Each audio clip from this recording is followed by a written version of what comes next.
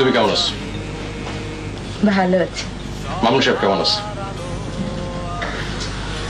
বাকি ভাই একটু ভিতরে আসো।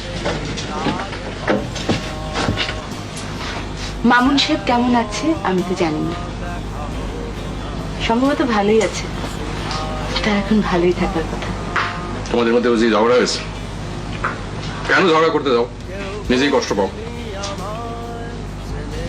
ঝগড়া ঝগড়া কিছু হয়নি বাকি ভাই, মামুন বিয়ে করেছে। আপনার কাছে ছোট্ট অনুরোধ করছি, আপনি আর কখনো আমাকে মামুন সম্বন্ধে কিছু জিজ্ঞেস করেন মনে যাই না। বসেন বাকি ভাই, চা খেয়ে যাবেন। মনে হয় আমি চা খাবো না, আমার মনটা খুব খারাপ হয়েছে। কি জানেন বাকি ভাই, এই পৃথিবীতে কিছু কিছু মানুষ শুধু কষ্ট পাওয়ার জন্যই জন্মায়।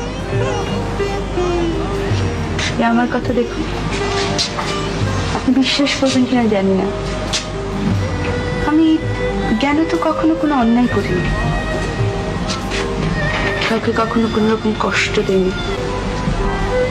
অথচ দেখেন আমি কেবলই কষ্ট পাচ্ছি। আমার মাঝে মাঝে মনে হয় আমার বাকি জীবনটা শুধু কষ্টেই কাটবে। আপনি কাঁদছেন নাকি বাকির ভাই? চোখে কে জানি পড়ছে।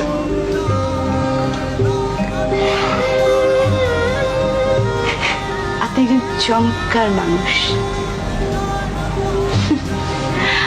আমার এখন মাঝে মাঝে মনে হয় আমার বোধহয় আপনাকেই ভালোবাসা উচিত ছিল। আমরা সব সময় ভুল মানুষকে ভালোবাসি।